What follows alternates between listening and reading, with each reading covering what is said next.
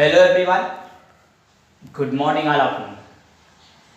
तो आज से अब हम क्लास 10 से मैथ चैप्टर स्टार्ट करेंगे। आज क्लास 10 से मैथ का 1.1 चैप्टर यहाँ हमने स्टार्ट करेंगे। 1.1 का पहला क्वेश्चन है इधर हमारे पास। आइए देखते हैं। निम्नलिखित संख्याओं का HCF ज्ञात करने के लिए यूक्लिड विभाजन एल्गोरिथम का प्रयोग कीजिए। ठीक है ना। अब यूक्लिड विभाजन एल्गोरिथम क्या होता है, इस पर बात हम लोगों ने पहले कर रखा है। ठीक है ना। अब देखिए, तो यहाँ हम लिखेंगे यूक्लिड, यहाँ के फर्स्ट मतलब पहले वाले की बात करेंगे। यूक्लिड विभाजन एल्गोरिथम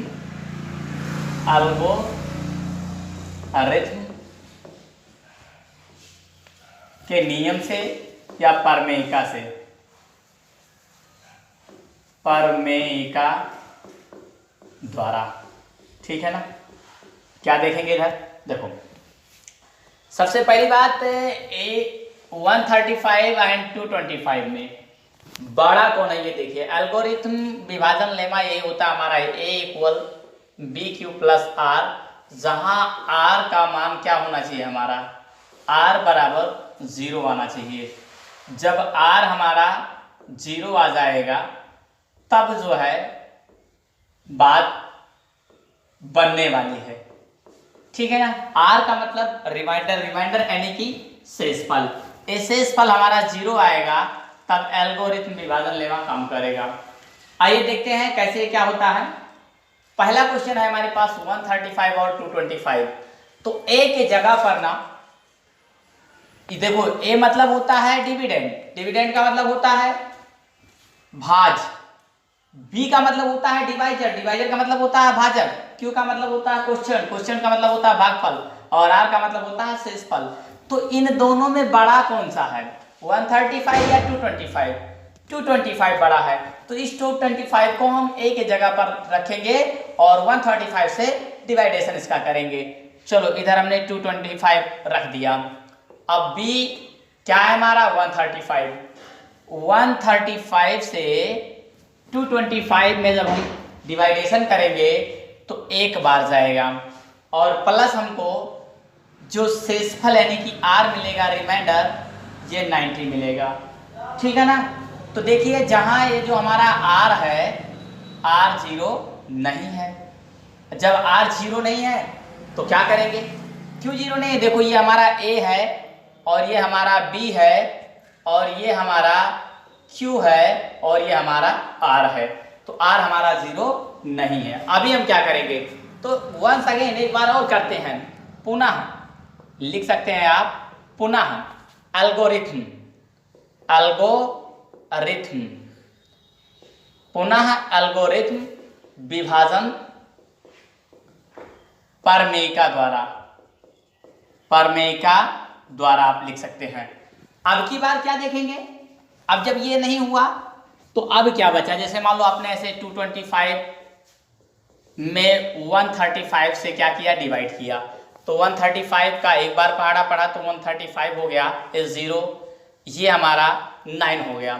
अब ये रह गया हमारा। अब क्या करेंगे हम, अब इसको यहाँ लाकर रखते हैं, यहाँ करते हैं ऐसे ना, ये हम एक बार ले चलते हैं तो ये हमारा क्या हो जाता है, ऐसे हो जाता है। फिर यहाँ ये रखते हैं क्योंकि इसमें से घटाएंगे ये बचेगा, ये 90, ये ऐसे, तो ये हमारा इस तरह से होता है। ठीक है ना। तो अभी हम क्या करने वाले हैं, अब जब ये इसको पूरी तरह से डिवाइडेशन नहीं कर पाया तो अभी A के जगह पर ना, A के प्लेस पर हम क्या रखेंगे, 135, और अब की बार 135 को डिवाइडेशन किससे करेंगे, 90 से, रिमाइंडर से। तो रिमाइंडर कितनी बार, एक बार।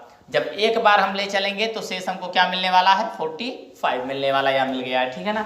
फिर यहाँ R हमारा क्या है, 0 नहीं है, R 0 के बराबर नहीं है। तो एक बार फिर लिखेंगे, पुनः एल्गोरिथम विभाजन लेमा द्वारा। तो अब की बार क्या होगा, अब की बार हम डिवाइडेशन किस में करेंगे, A के प्लेस पर क्या लिखेंगे, A 90।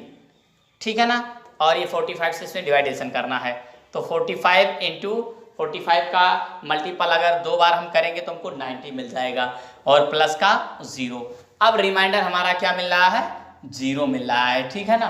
तो जब रिमाइंडर हमको 0 मिल गया, जहां r बराबर क्या हो गया हमारा 0 हो गया, और जब r बराबर हमारा 0 हो गया तो ये देखिए ये r0 हमको कहाँ से मिला, रिमाइंडर हमको 0 कहाँ से मिला, जब हमने 45 से 90 में डिवाइड किया तब हमको मिला।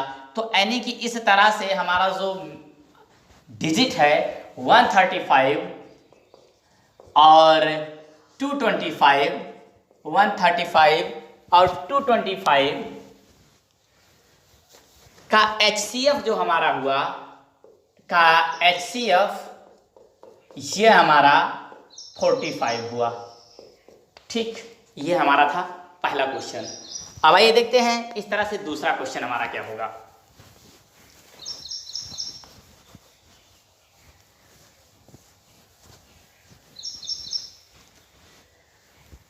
अब दूसरा क्वेश्चन हमारे पास है 196 और 38220, ये हमारा दूसरा क्वेश्चन, ठीक है ना।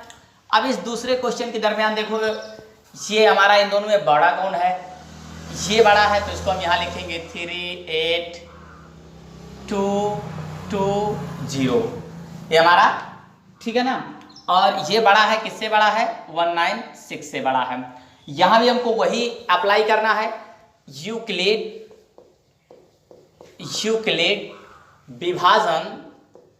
विभाजन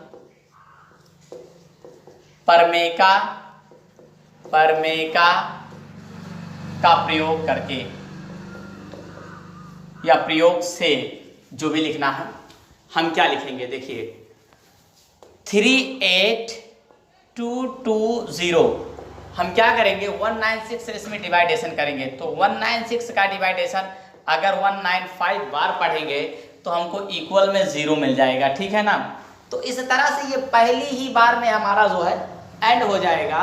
तो हम लिख सकते हैं कि अतः 38220 यहाँ जहां r बराबर हमको 0 मिल जाएगा, ठीक है ना, एक ही बार में 196 से अगर 196 का मल्टीपल आप 195 बार, यानी कि इसमें जब इससे डिवाइडेशन करेंगे तो 195 बार ही हमको क्वेश्चन मिलेगा और रिमाइंडर जो हमारा होगा ये 0 होगा।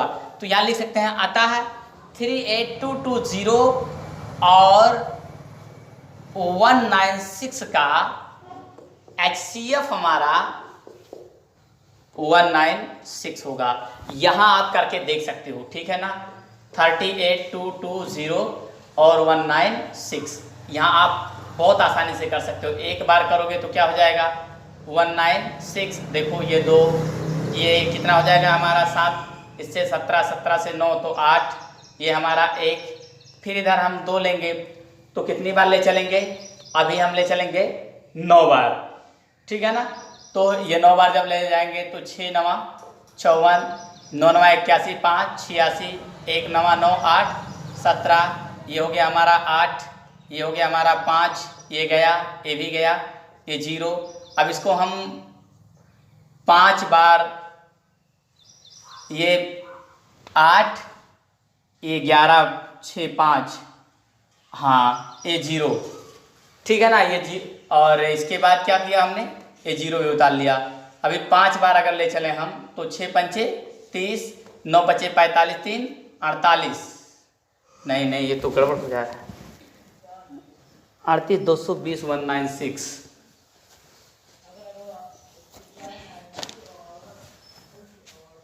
(196) 38 220 एक बार 196, ये हमारा हो गया 6 और ये 17, 17 से 9 घटा तो 8 और ये हमारा कितना हो जाएगा 1। अब यहाँ हम करेंगे 2, अब इसको ले चलेंगे 9 बार तो 6 9 54, 9 9 81, 5 86 और 1 9 9 8 17, ये 12, 12 से 4 घटेगा तो 8, यहाँ पर 5, इससे 15, 15 से 6 घटेगा तो 9, ये 0। अब 5 बार ले चलेंगे तो ये हमारा कितना हो जाएगा 980। देखो 6 पंचे 30, 9 पंचे 45, 3 48, 1 पंचे 5 4 9, ये हमारा कट गया। तो देखो यहाँ शेष फल क्या हमको मिल गया, 0 मिल गया ना, शेष फल 0 मिल गया। तो ए 196 जो है 38220 को पूरी तरह से डिवाइड कर देता है, और जब ये पूरी तरह से डिवाइड कर देता है तो जो हमारी ये संख्या है ना, यही HCF होती है। अब आइए इसका नेक्स्ट क्वेश्चन देखते हैं, इधर एक क्वेश्चन और भी है, ठीक है ना।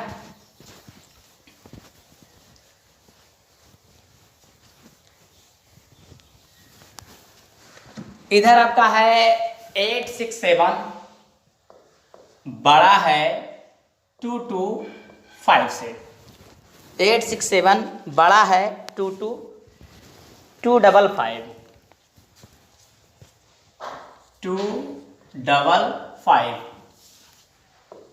255 से, ठीक।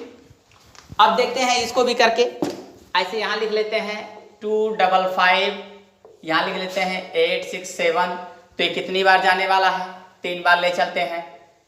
5 तिया 15, 5 तिया 15, 1 16, और 2 तिया 6, 1 7, ये 2, ये 0, ये 1। अब ये 255 ऐसे हो गया, 2 बार ले चले तो 204 हो जाएगा।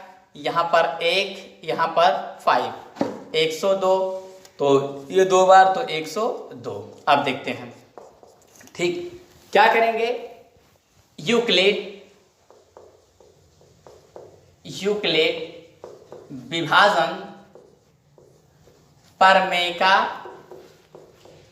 द्वारा, यूक्लिड विभाजन प्रमेय का द्वारा हम क्या करेंगे, जो बड़ा है हमारा, जैसे यही होता है हमारा नियम A = BQ + R, जहां R का मान हमको क्या मिलना चाहिए, 0 आना चाहिए, ठीक है ना। अब देखते हैं, तो A की जगह पर हम क्या लिखेंगे 867, और V हमारा 255, मल्टीपल कितनी बार, 3 बार, रिमाइंडर हमारा क्या बचेगा 102 बचेगा। तो देखिए यहाँ R बराबर 0 नहीं है, तो हम क्या करेंगे, पुनः एल्गोरिथम डिवीजन लेमा का, यूक्लिड विभाजन लेमा का अप्लाई करेंगे। यूक्लिड विभाजन प्रमेय का द्वारा एक बार फिर देखेंगे। तो अब क्या करेंगे, 255 को 867 की जगह पर ले चलेंगे, 255, ठीक है ना। इसके बाद क्या करेंगे, 102 से डिवाइडेशन करेंगे, तो 102 से अब 2 बार ले चलेंगे तो 204 हो जाएगा।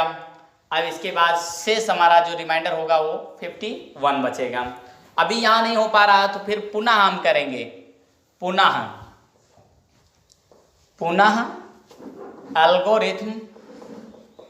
एल्गोरिथम विभाजन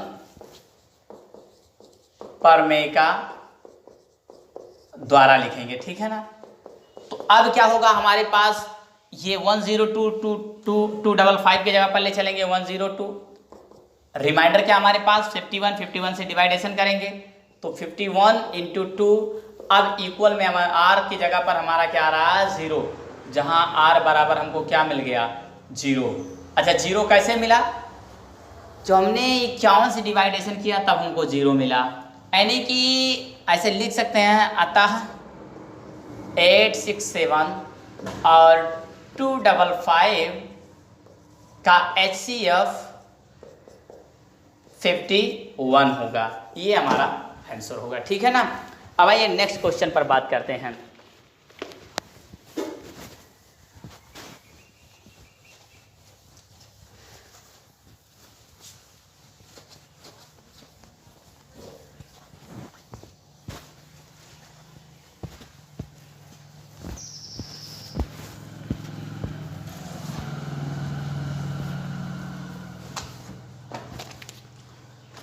दूसरा क्वेश्चन हमारे पास है, दर्शाइए कि क्वेश्चन नंबर 2, दर्शाइए कि कोई भी धनात्मक विषम पूर्णांक, कोई भी धनात्मक विषम पूर्णांक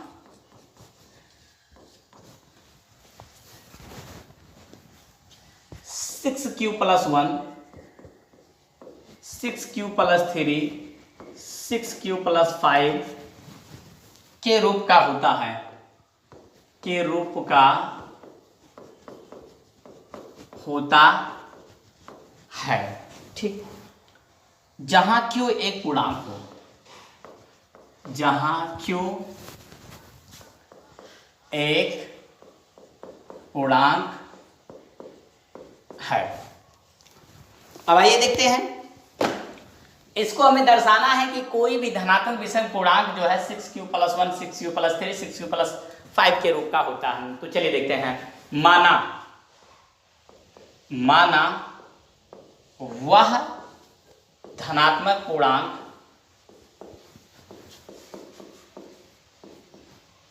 a है, ठीक, तथा b बराबर हमने 6 मान लिया। 6 हमने कहां से लिया, हमको क्वेश्चन में दे रखा है, देखिए यहां भी यहां भी यहां भी हर जगह हमको दे रखा है। तो हमने इसको क्या मान लिया, b मान लिया। और वैसे भी अकॉर्डिंग मतलब एल्गोरिथम जो लेमा है उसके अकॉर्डिंग क्या होता है हमारा a = bq+r, जहां रिमाइंडर हमको 0 मिलना चाहिए। अब देखना ये है कि इसको हम किस किस फॉर्म में लिख सकते हैं। तो सबसे पहली बात देखो, r हमारा क्या क्या हो सकता है। r हमारा यानी कि रिमाइंडर कितना हमारा 5 तक है, तो रिमाइंडर 5 तक हमारा हो सकता है। यानी कि हम क्या लिख सकते हैं, इधर लिख सकते हैं हम 0 1 2 3 4 5 तक। 5 से ज़्यादा इसलिए नहीं लिखेंगे क्योंकि रिमाइंडर इसमें 5 तक ही दे रखा है। 5 से ज़्यादा जाएंगे तो ज़्यादा हो जाएगा, इसके बराबर हो सकता है, बस इससे ज़्यादा नहीं हो सकता है। तो पहला हम क्या लिख सकते हैं, 6q+0 1 हो गया हमारा। फिर हम लिख सकते हैं 6q+1, फिर हम लिख सकते हैं 6q+2, फिर लिख सकते हैं 6q+3, फिर लिख सकते हैं 6q+4, फिर लिख सकते हैं 6q+5। ठीक है ना। अब इनमें से हम देखते हैं, सबसे पहले मान लो इसी को उठाकर देख लेते हैं, ठीक है ना। जैसे 6q, अब क्या कह रहा है कि पूर्णांक दर्शाइए कि कोई भी धनात्मक विषम पूर्णांक इसके रूप का होता है जहां q एक पूर्णांक हो, ठीक है ना। तो आइए देखते हैं अब इधर, जैसे मान लो हमने इसी को उठाया 6q+0, ठीक है ना, और 6q+1 6q+2 6q+3 6q+4 6q+5। तो इस 6q में हम क्या कर सकते हैं, इस 6q को खाली खाली हम लेते हैं।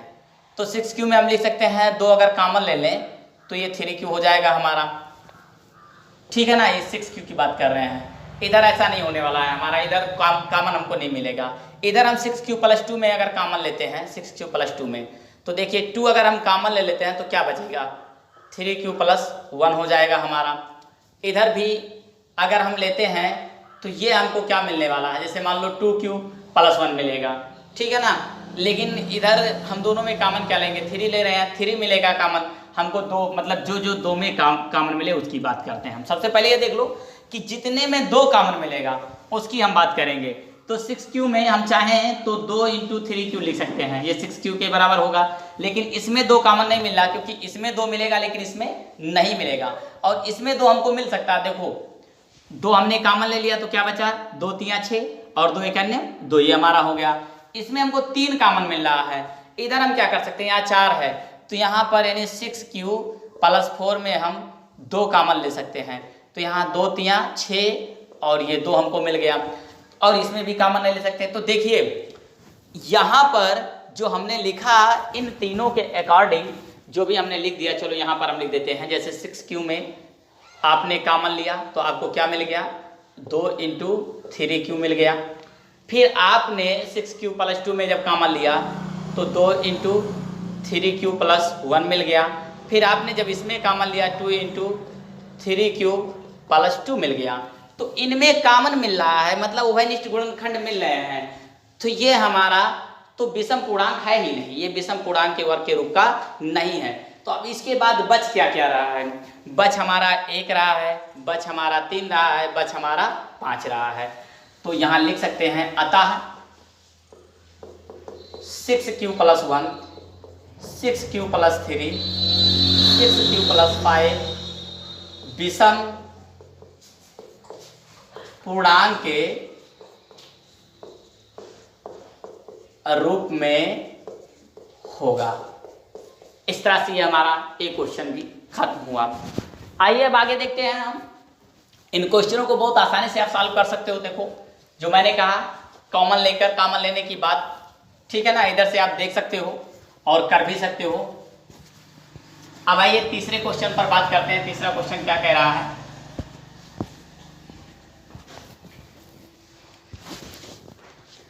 तीसरा क्वेश्चन आपका ये कह रहा है कि किसी परेड में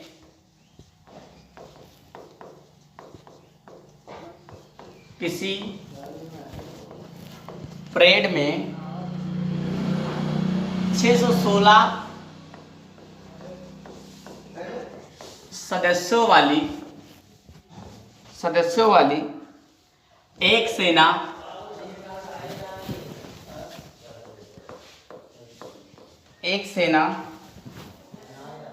आर्मी की टुकड़ी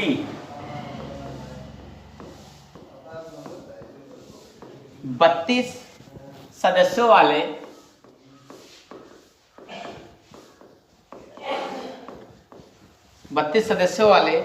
एक आर्मी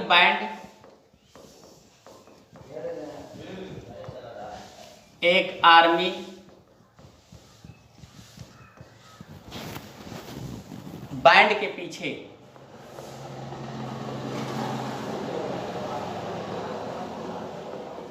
मार्च करना है।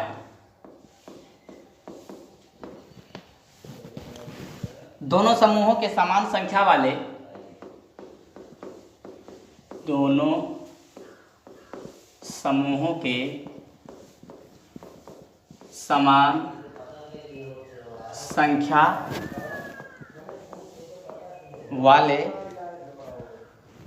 स्तंभों में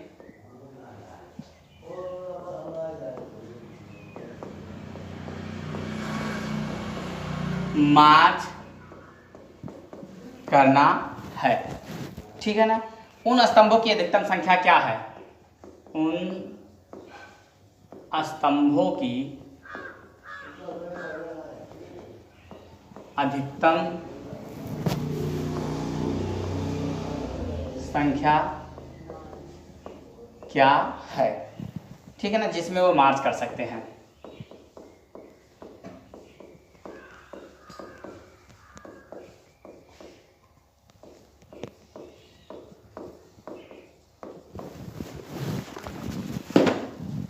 जिसमें वह मार्च कर सकते हैं। आइए देखते हैं। किसी परेड में 616 सदस्यों वाली एक सेना आर्मी की टुकड़ी 32 सदस्यों वाले एक आर्मी के पीछे मतलब मार्च कर रही है। ठीक है ना, यात्रा कर रही है। तो इन दोनों में बड़ा कौन है? सबसे पहली बात, यहाँ पर भी हमको वही एक ही नियम दिया है यूक्लिड विभाजन लेमा से, उसी से हम इसका भी प्रयोग करेंगे। यूक्लिड विभाजन परमेयिका द्वारा हम लिख सकते हैं इधर। ठीक है ना, और देखते हैं तो क्या होता है हमारा a equal to B Q plus R. तो अभी ए को क्या मानेंगे हम? 616 और 32 में दोनों में बड़ा कौन है? 616 बड़ा है। तो यहाँ पर हम क्या लिख लेंगे? 616। ठीक है ना, ये 32। अब यहाँ हम नियम लिखेंगे a equal B Q plus R. इसी रूल पर आपका ये भी लिखने वाला है। ठीक है ना। तो अभी जब आप 32 से 616 में डिवाइडेशन करोगे तो आपको क्या मिलने वाला है? 32, तो 32 इसमें से 11 में से 2 घटा तो 9, 5 से 3 घटा तो क्या बचेगा? 2, ये 6। अब कितनी वाले चलेंगे? 9 बार। तो 32 9 288 होता है। इसमें से घटेगा 8, ये कट गया। अब इस 8 से क्या करेंगे? आप इसमें डिवाइडेशन कर देंगे 8 से 32 में, तो 4। मतलब ये हमारा कितना होने वाला? देखो 616 एक जगह पर हमने लिखा और ये 32 मल्टीप्लाई बाय 19, तो इक्वल में हमारा मतलब यहाँ पर हमारा रिमाइंडर की जगह पर 8 आने वाला है। ठीक है ना। तो ये हमारा नहीं होगा, तो हम पुनः लिखेंगे, पुनः यूक्लिड विभाजन परमेयिका द्वारा। तो अब क्या करेंगे हम? ये 8 हमारा बच रहा है, ये 32 बच रहा है। 32 को इसकी जगह पर ले जाएंगे, एक ही जगह पर ले जाएंगे और 8 से डिवाइडेशन करेंगे। 8 × 4। अब हमारा r की जगह पर क्या आ रहा है? 0 आ रहा है। यहाँ पर आर हमारा आर बराबर आर 0 के बराबर नहीं था। तो जब आर 0 के बराबर नहीं था तो हमने पुनः ये नियम लगाया। अब क्या किया, 32 ये हमारा हो गया। अब 32 8 गुणे 4 यानी 8 चौके 32 हो गया, प्लस हमारा क्या हो गया 0, यानी रिमाइंडर में हमारा 0 हो गया। अब जब ये 0 हो गया तो क्या हो गया, ये आता है 616 और 32 का मासापा यानी कि HCF, या फिर ऐसे लिख सकते हैं कि वह अधिकतम स्तंभों की संख्या अतः अधिकतम स्तंभों की संख्या